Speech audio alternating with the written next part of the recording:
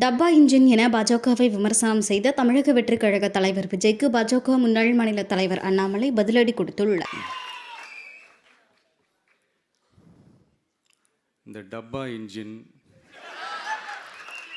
ஓட்டை இன்ஜின், எவ்வளோ இன்ஜின் வந்தாலும் டாப் இன்ஜின்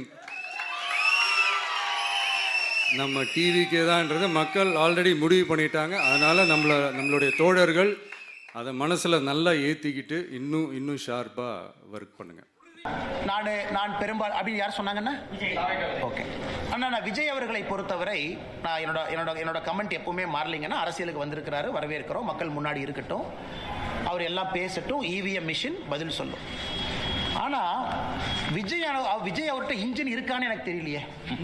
அட்லீஸ்ட் எங்ககிட்ட இன்ஜின் இருக்கு, டபுள் இன்ஜின் இருக்கு. விஜய் அவங்க இன்ஜினையே நம்ம பார்க்கலையே. அது இன்ஜின் இருக்கா, இல்லை கார்பரேட்டர் இருக்கா, அந்த இன்ஜினை ஸ்டார்ட் பண்ணுறக்கு ஆள் இருக்கா, அந்த இன்ஜின் ஒரு சேசியில் மாட்டுவாங்களான்னு.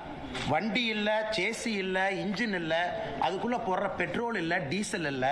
ஆனால் இன்னைக்கு விஜய் அவர்கள் தமிழ்நாட்டில் ஒரு அரசியல் கட்சி இன்ஜினை பற்றி பேசக்கூடாதுன்னா அது திரு விஜய் அவர்கள் இன்ஜினை பற்றி பேசக்கூடாது. ஒருவேளை 234 தொகுதியில் கேண்டிடேட் போடுறார், ஒத்துக்கிற இன்ஜின் இருக்கு.